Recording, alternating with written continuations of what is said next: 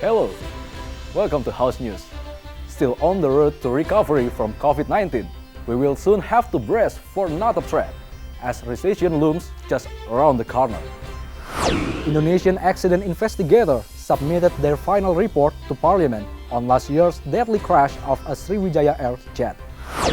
The House holds a temporary museum exhibition inviting visitors to explore the Parliament building from time to time. The House underlines community participation, which indeed affects the village fund management. The fisheries sector in Maluku is the highest but isn't high enough, considering the amount of potential natural sea resources. The UK-Indonesia Voluntary Partnership Agreement aims to ensure only legal timber and timber products from Indonesia reach the UK market. Commission 7 of the House is optimistic. Indonesia's risk to be hit by recession is relatively small. Compared to other countries, Indonesia is considered to have sufficient food and energy supply and also positive economic growth. A number of experts predict the global economy will fall into a recession in 2023 due to key interest rates increased by several central banks globally. Economy inflation continuously happens, caused by soaring energy prices as the impact of the Russian war against Ukraine. Nevertheless, member of Commission 6 of the House, Rudi Hartono Bangun, believes Indonesia is in a better place compared to many other countries facing the global recession in 2023 as the domestic inflation is under control, food and energy supplies are secure. Kita ketahanan pangan kita baik, ketahanan energi kita baik. Kita punya batu bara, minyak sawit, kita punya pertanian padi. Ketahanan pangan kita banyak gitu. Jadi Indonesia ini kita dikasih Allah ketahanan pangan dan energi yang banyak. Saya minta optimis gitu. Member of Commission 6 of the House, Haris Turino says Indonesia has managed to record economic growth of 5.4% in the second quarter of 2022. Tapi di Amerika masih positif, di China masih positif, Jepang 0,6, dan a very good thing adalah di Indonesia pertumbuhannya walaupun mengalami penurunan dari 5,4%, Indonesia diperkirakan masih di 4,6%, sehingga kita masih belum mengalami resesi. Therefore, Indonesia's financial sector has remained relatively strong compared to other countries. Commission 5 of the House holds a hearing meeting with the Director General of Civil Aviation, Ministry of Transportation, and the Chief Investigator of the National Transportation Safety Committee to discuss the investigation report regarding the 2021 Sriwijaya Air flight crash. During the meeting, the National Transportation Safety Committee, or KNKT, revealed the mechanical problems caused the accident to happen. KNKT also apologized to have finished the report in 22 months. Under international standards, a final report would normally have been issued within a year after the crash. But KNKT said the pandemic had made it harder for the team to travel for the investigation. Member of Commission 5 of the House, Anwar Hafid, mentioned the report of KNKT displayed weak government oversight on appropriate safety procedures. Anwar criticized the government to tighten controls in periodic monitoring, especially regarding flight permits. Tadi sudah disampaikan bahwa beberapa hal yang belum kita miliki di Indonesia. Ini mungkin perlu dipikirkan ke depan, supaya ini perlu dibantu KNKT oleh pemerintah, supaya apa yang menjadi kendalanya itu bisa dipenuhi. Contoh tadi soal dalam proses rigging itu, kan ini tidak harusnya semua pesawat kita ini secara berkala dipastikan dilakukan itu secara berkala. Tadi dijelaskan sudah dilakukan, tapi beberapa tahun yang lalu. Kembali lagi kepada kita pemerintah bahwa kita harus evaluasi ini kelalaian kita, ini lemahnya pengawasan yang kita lakukan sehingga masih terjadi hal-hal seperti ini. Sriwijaya Air Flight SJ182 with 62 passengers and crew plunged into the Java Sea on January 9 last year. after departing Jakarta bound for Pontianak in West Kalimantan, killing all on board. 27 families of victims have yet to receive compensation. More than a year after the tragedy, some families of victims are still waiting for the compensation fund from the airline company. Halim and Tegar, TVR Parlemen, report. After the success in holding online museum temporary exhibition in 2021, Public Relations and Museum Management of the Secretariat General of the House returns for its first offline exhibition. The House hopes the exhibition is able to attract more visitors and raise the awareness to appreciate Indonesian culture and history.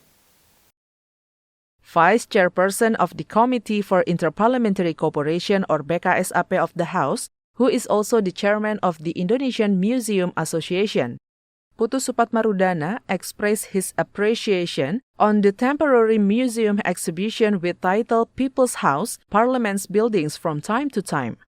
Putu invites all Indonesians to preserve and promote cultural heritage through museum. Putu adds the temporary exhibition is open to public as an effort to develop the sense of loving to national history, especially to the House. Kita ketahui bahwa tidak banyak yang mengetahui perjalanan DPR RI dari awal dan bahkan tidak saja sejarahnya di gedung ini atau di kawasan DPR MPR RI di Senayan saja, tapi bisa dilihat bahwa perjalanannya dari berbagai tempat bahkan sampai di luar Jakarta. Nah, tentu momen ini kita gunakan untuk turut bersama menjaga, mengawal dan menggaungkan kemuliaan bangsa Indonesia. Dalam hal ini salah satunya dari Dewan Perwakilan Rakyat yang memang kita ketahui bahwa gedungnya dari masa ke masa kita bisa lihat di sini dan masyarakat bisa mendalami dan melihat secara lebih langsung. Dan tentu memang kalau saya sampaikan harus dilihat ke sini. Jadi memang harus kunjungi dan saya mengajak semua pihak masyarakat. The temporary museum exhibition displays the history of Indonesian parliament's buildings from the Dutch colonial era up to the present. In total, there are 13 buildings in 5 cities, whichever used as the Parliament building. Panji and Teguh, TVR Parlemen, report. To support budgetary and oversight function of the House, the Center for Budget Review of the Expertise Agency of the Secretariat General of the House invites scholars to review the implementation of Village Fund program, which was launched in 2015. It is assumed the Village Fund management is the lack of transparency and budget accountability, as well as public participation. The Center for Budget Review of the Expertise Agency of the House, or PKABK Setjen DPR RI, holds a seminar with academics to review the Village Fund program in Majalengka, Kuningan, in Cirebon Regency in West Java. The state budget analyst Robi Sirait explains budget transparency and accountability as well as community participation can be used to measure the effectiveness of village fund management. The program should involve public participation in planning, arranging, and implementing program subsidized by village fund. Tujuan atau roh yang diharapkan oleh Undang-Undang Desa dengan meningkatkan kesejahteraan masyarakat desa itu akan tercapai. Jadi poin kritis yang kami temukan itu problemnya, bahwa fokusnya masih di pembangunan fisik.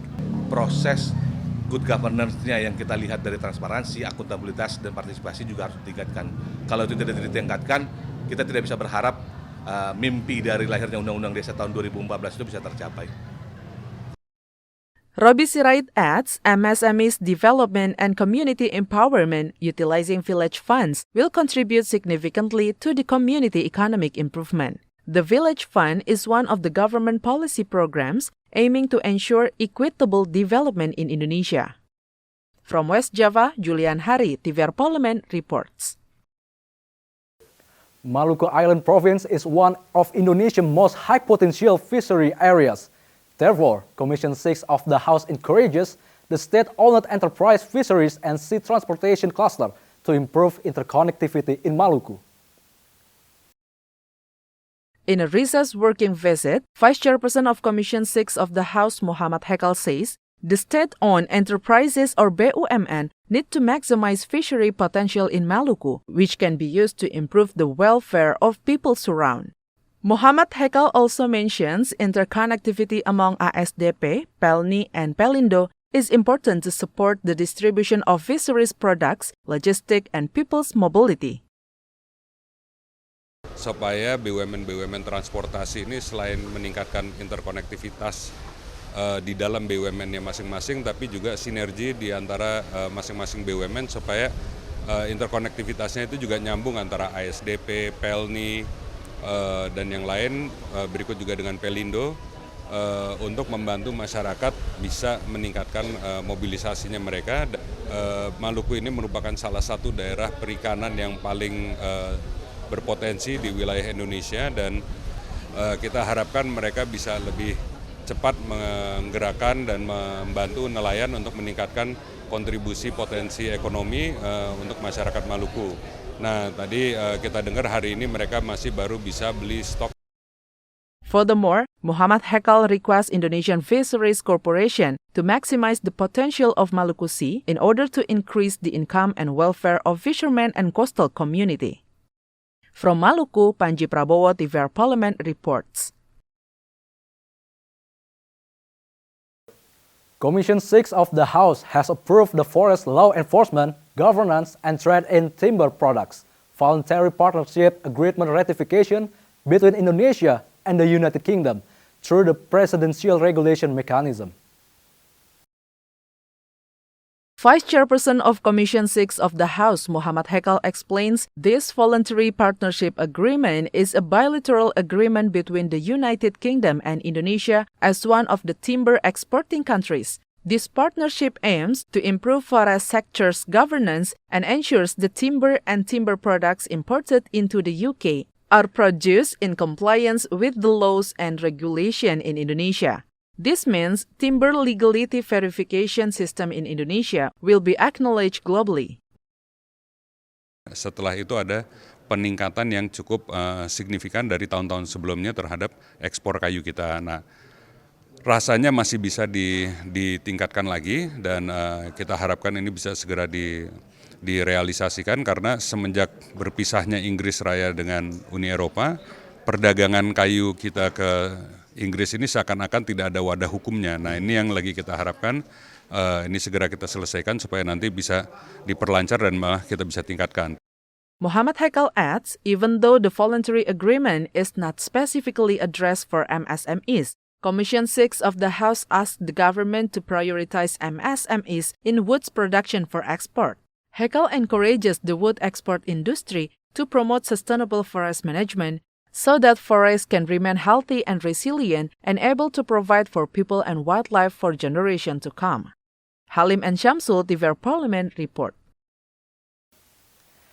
And that's House News for today. Thank you for watching, everyone, and have a good day.